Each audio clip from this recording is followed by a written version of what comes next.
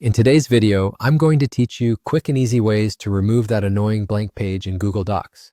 This problem can be surprisingly common, and getting rid of it is essential for a clean and professional looking document. So, if you've ever been frustrated by those stubborn extra pages, you're in the right place. Let's dive into the simplest method to tackle this issue. Start by scrolling down to the empty page that you'd like to remove. Once you're there, take a moment to highlight all the blank space you see. This is key because sometimes those spaces are what's causing the blank page to linger. After you've highlighted the unnecessary spaces, press the backspace key on your keyboard. You might need to keep pressing it until the page disappears entirely.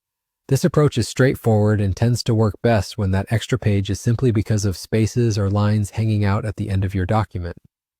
If that first method didn't do the trick, don't worry. We have another solution to explore. Head over to the File option located in the top left corner of your document. Click it and then select Page Setup from the drop-down menu that appears.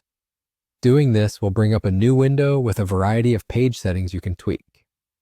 Focus on the margin settings here, specifically the bottom margin. Sometimes the extra page could be a case of an oversized bottom margin pushing content onto a new page. Adjust this margin to a smaller number, perhaps 0.05. After you've made this change, click OK to save it. This trick is especially effective for those situations where margins are the culprit. And there you have it, easy fixes to get rid of those pesky blank pages in your Google Docs document. If you found this video helpful, be sure to hit that like button and subscribe to the channel for more quick Google tips.